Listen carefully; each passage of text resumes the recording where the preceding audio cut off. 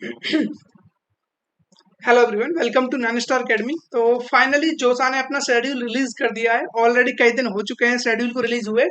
तो बेसिकली आज हम लोग बात करेंगे, इसी टॉपिक पे बात कर रहे होंगे हम कि जो जोसा काउंसलिंग है किस तरीके से कराता है, क्या प्रोसीजर रहने वाला है, प्लस में जो आपकी सर्टिफिकेट वगैरह क्या क्या लगने होते हैं, और वो आप उनका फॉर्मेट कहाँ से डाउनलोड कर सकते हैं, उनकी लिंक वगैरह भी आपको यहाँ पे प्रोवाइड की जा रही होंगी। ठीक है। अब यहाँ पे आपको देखो, काउंसलिंग बहुत सारी काउंसलिंग होती है। JoSAA counselling, CSAT, JAC Delhi, JAC Chandigarh, AKTU, UPTU, ये वगैरह आपकी बहुत सारी काउंसलिंग है। ठीक है। हर एक स्टेट की अपनी इंडिविजुअल काउंसलिंग होती है। इवन किसी किसी कॉलेज की भी अपनी इंडिविजुअल काउंसलिंग देखने को मिल रही होती है। लेकिन आज जो हमारा टॉपिक है वो जोसा से रिलेटेड है। बाकी काउंसलिंग भी हम यहाँ पे कवर करेंगे इस वीडियो के बाद। लेकिन आज आपको इस वीडियो में बने रहना है और काफी ध्यान से हर एक पॉइंट को यहाँ पे आपको सुनना होगा। ठीक है। तो हम बात करेंगे शेड्यूल से, शेड्यूल क्या है, क्या क्या डेट फिक्स की गई है इन सब चीजों के लिए, तो उसके बारे में हम बात कर लेंगे। और फिर एक कंप्लीट रोड मैप जो होता है, कंप्लीट प्रोसीजर होता है, उसके बारे में मैं यहाँ पे एक्सप्लेन मैं आप लोगों को कर रहा हूँ, ताकि आपको हर एक पॉइंट अच्छे से क्लियर हो सके। ठीक है। तो सबसे पहले हम चलते हैं शेड्यूल, और शेड्यूल से जाने से पहले मैं आपको बता दूं यहाँ पे जो टोटल कॉलेज पार्टिसिपेट करते हैं वो कौन कौन से कॉलेज हैं, उनके बारे में आप एक बार जान लीजिए। ठीक है। देखिए, सबसे पहले मैं बात करूं यहाँ पे आप लोगों के लिए, IIT जो कॉलेज है यहाँ पे वो देखने को मिलेंगे 23 IITs। ठीक है। 23 IIT कॉलेज यहाँ पे पार्टिसिपेट करते हैं। और इसी के साथ यहाँ पे आपको एक सेकंड रेड मार्क कर लेते हैं, और यहाँ पे आपको 31 NITs भी देखने को मिल रहे होंगे। उसके अलावा यहाँ पे 36 GFTIS, GFTIS यानी कि GFTIS कॉलेज क्या होते हैं ये एक बार जान लीजिए आप। बेसिकली इन कॉलेजों का जो फंड है, जो भी खर्चा आता है, जो भी यहाँ पे इन्वेस्टमेंट होती है, वो यहाँ पे गवर्नमेंट कर रही होती है काफी ज्यादा मात्रा में। ठीक है। इसीलिए इनको GFTIs बोलते हैं, इनको गवर्नमेंट फंडेड होते हैं ये कॉलेज, जो कि 36 है यहाँ पे। उसके अलावा आप लोगों को 26 IITs यहाँ पे देखने को मिल जाएंगे। एंड यहाँ पे बात करूं मैं IIEST सिद्धपुर, ये भी इसी से काउंसलिंग होती है, इसकी भी जोसा के थ्रू ही काउंसलिंग कराई जाती है। ठीक है। ये टोटल कॉलेज हैं जो कि यहाँ पे पार्टिसिपेट कर रहे होंगे। अब इसमें आपको किस में कॉलेज मिलेगा ये डिसाइड करेगी आपकी परसेंटाइल और आपका जो भी काउंसलिंग करने का तरीका।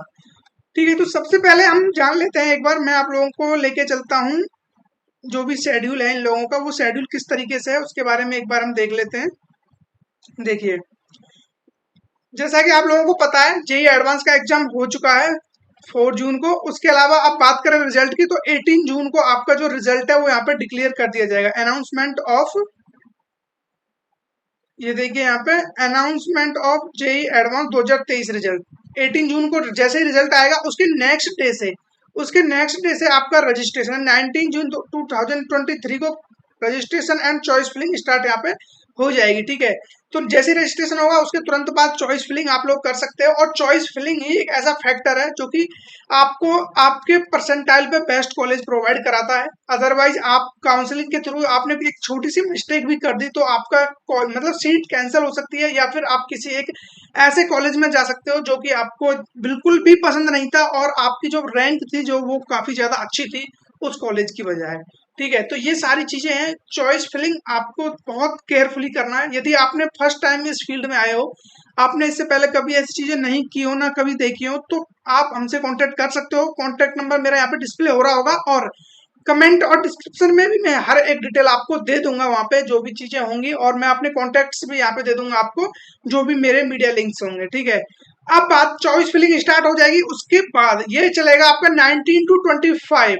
25 को बेसिकली आपको जो भी है वहां पे डिस्प्ले कराया जाएगा आपका मॉक सीट एलोकेशन। अब मॉक सीट एलोकेशन क्या होता है इसके बारे में भी हम जानेंगे इन डिटेल। पहले मैं आपको एक बार थोड़ा स्पीड से बता देता हूँ कब कब क्या क्या चीजें होने वाली हैं। ठीक है। इसके अलावा अब बात कर लेते हैं हम, एक सेकेंड।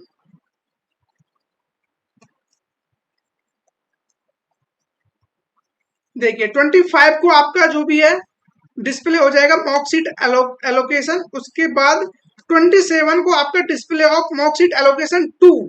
अब यहाँ पे 1 और 2 क्या है इसके बारे में भी मैं आपको बताने वाला हूँ। जस्ट बस आप मुझे 2 या 3 मिनट दे दीजिए, इन डिटेल बात करेंगे इस टॉपिक पे भी, और ये काफी ज्यादा इंपॉर्टेंट है। उसके बाद यहाँ पे आपको 28 जून को candidate registration and choice filling for academic program under JoSAA 2023 ends, यानी कि ये आपको auto system locking of choice, यहाँ पे जो चॉइसेस है आपको लॉक करना होगा। यहाँ पे 28 को चॉइस लॉक करने का मतलब है कि उसके बाद अब आप चॉइस अपनी चेंज नहीं कर सकते, उनको ऊपर नीचे नहीं कर सकते। आपकी जो चॉइस है ये चॉइस आपने लॉक कर दी, और एक बार आपने जैसे चॉइस लॉक की तो फिर आप कभी उन चॉइसों को किसी भी राउंड में चेंज नहीं कर सकते। ठीक है, तो इसके बारे में मैं बताऊंगा कि जो लॉक ऑफ चॉइसिंग यानी कि चॉइस को लॉक करना है, इसको आप पहले मत कीजिए, इसको आप उस टाइम के लिए छोड़ दें, बिल्कुल लास्ट के लिए, क्योंकि लास्ट में जब भी लास्ट डेट होती है चॉइस फिलिंग की, वो ऑटोमेटिक अपने आप लॉक हो जाती है, आप उसको करो या ना करो। ठीक है, इसके बारे में हम और अच्छे से जानेंगे। अभी थोड़ा हम एक बार ब्रीफ में जान लेते हैं। ठीक है, 29 जून को आपका जो भी है reconciliation of data verification and यहाँ पे वैलिडेशन ऑफ अलॉटेड सीट, जो भी सीट थी हुई है उसको वेरीफाई करके आप लोगों को जो भी है अब यहाँ से राउंड स्टार्ट आपके हो जाएंगे, यानी कि 30 जून को आपका फर्स्ट राउंड होगा। उसके बाद राउंड बाय राउंड चलते जाएंगे, और ये राउंड आपके चल रहे होंगे 6 राउंड तक। ठीक है, उसके बाद राउंड 2, राउंड 3, राउंड 4, ये आपको राउंड वगैरह सब समझ में आते होंगे कि पहले फर्स्ट राउंड में जो आपको कॉलेज मिल रहे हैं वो आपको दे दिए जाते हैं, फिर आपका राउंड 2 में आपको फिर से मतलब कि वेरीफाई किया जाता है कौन कौन सी सीट यहाँ से जा चुकी है, कौन सी सीट बची हुई है, उनके बेस पे फिर से आपकी काउंसलिंग होती है, फिर आपको कॉलेज प्रोवाइड किए जाते हैं। इसी तरह से चलते चलते ये 6 राउंड तक जाएगा। ठीक है, 6 राउंड के बाद ये 6 राउंड आपका 28 को लास्ट हो जाएगा, और 28 के बाद यानी कि 29 to 31 आपका चलेगा सी सैप। अब सी सैप क्या होता है इसके बारे में, और प्लस इससे पहले जो भी पॉइंट थे इन सब के बारे में एक बार इन डिटेल हम लोग जान लेते हैं पॉइंट बाय पॉइंट। ठीक है, चलते हैं अपने बोर्ड पर। तो जैसा कि मैंने आपको बताया था, अपना फर्स्ट पॉइंट क्या रहने वाला है, सबसे पहले हमको करना होगा रजिस्ट्रेशन। ठीक है, जो कि फर्स्ट स्टेप है अपना वो है रजिस्ट्रेशन। अब रजिस्ट्रेशन करना क्या है, सिंपल ऑफिशियल वेबसाइट पे जाना है, जो कि जोसा की ऑफिशियल वेबसाइट है, वहां पे जाके आप लोग अपना रजिस्ट्रेशन कर सकते हो, उसे इजीली हो जाता है। इवन नहीं होता है तो फिर भी आप मुझे कांटेक्ट करके बता सकते हो, उसमें भी मैं हो सकता है कि छोटा सा क्लिप आपको बना के दे दूं। रजिस्ट्रेशन हो जाता है, उसके बाद आप उसी दिन से यानी कि 19 जून से ही आप यहाँ पे अपनी चॉइस फिलिंग स्टार्ट कर सकते हो। ठीक है, रजिस्ट्रेशन हो गया, चॉइस फिलिंग हो गई। थर्ड पॉइंट की हम बात करें, मॉक सीट एलोकेशन। ठीक है, मॉक सीट एलोकेशन आपको यहाँ पे देखने को मिल जाएगा, third point. And fourth point की बात करें हम तो यहाँ पे लॉकिंग ऑफ चॉइस, यानी कि जो आपने चॉइसेस लगाई है उनको आपको लॉक करना होगा, लॉकिंग ऑफ चॉइसेस। ठीक है, उसके बाद आप लोगों को सीट अलॉटमेंट जो भी है, आपको यहाँ पर सीट अलॉटमेंट रिजल्ट आएगा कि आपको कौन सी सीट यहाँ पे दी गई है। जब आप लॉक कर दोगे उसके बाद तो फिर आपका जो भी है सीट अलॉटमेंट आता है। सीट अलॉटमेंट में आपको वो बता देगा कि आपको ये कॉलेज यहाँ पे दिया जा रहा है, first round, second round, third round, जिसमें भी आपको मिल रहा है। उसका फर्स्ट राउंड में आपको नहीं मिला, आप सेकंड राउंड के लिए ऑटोमेटिक स्विच कर दिए जाओगे, सेकंड राउंड में भी नहीं मिला, थर्ड राउंड के लिए कर दिए जाओगे। जैसे ही आपको सीट वगैरह मिल जाती है तो आप वहां पे आपका जो भी सीट अलॉटमेंट रिजल्ट आ जाएगा। ठीक है, सीट अलॉटमेंट रिजल्ट आएगा, उसके बाद सीट अलॉटमेंट रिजल्ट के बाद आप उसका प्रिंट कर लोगे। ठीक है, 6 पॉइंट बात करें आपको, यानी कि यहाँ पे आप उसे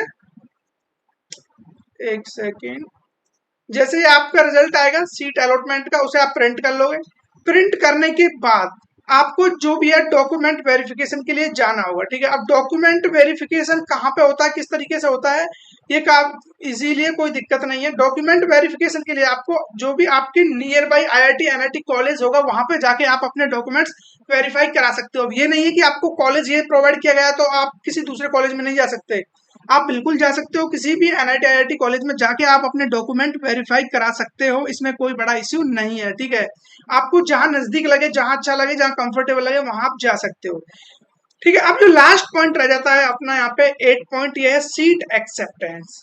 उसके बाद आपका सारी चीजें हो गई, डॉक्यूमेंट वेरिफिकेशन हो गया, अब आपको बेसिकली सीट एक्सेप्ट यहाँ पे करनी होगी कि हाँ मुझे ये सीट दे दी जाए, और आप वहां पे अपना एक अमाउंट होता है, आई थिंक वो 35K के अराउंड होगा, जो कि आपको पे करना होगा। और जो ये अमाउंट है ये आपकी फीस में ऐड हो जाता है वहां पे, जब आप एडमिशन लोगे, अपनी जो भी एजुकेशन है वो वहां पे स्टार्ट करोगे तो अपनी स्टडी के टाइम पे आपकी ये फीस वहां पे ऐड हो जाएगी।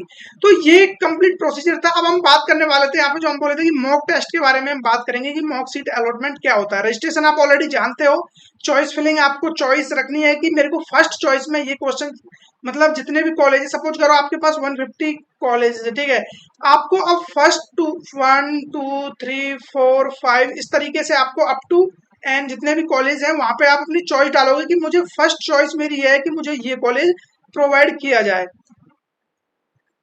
एक सेकेंड, आपने फर्स्ट चॉइस में जैसे आईआईटी बॉम्बे डाल दिया, ठीक है, आईआईटी बॉम्बे आपको मिलता है, अच्छी बात है, नहीं मिलता है तो आप फिर दूसरे राउंड में जाओगे और फर्स्ट राउंड में भी वो आपका देखते हैं कि आपने फर्स्ट चॉइस ये है, सेकंड थर्ड फोर्थ, इस तरीके से जहाँ पे भी आपकी चॉइस बन रही होगी वहां पे वो आपको बता देंगे कि ये कॉलेज आपको प्रोवाइड किया जा रहा है।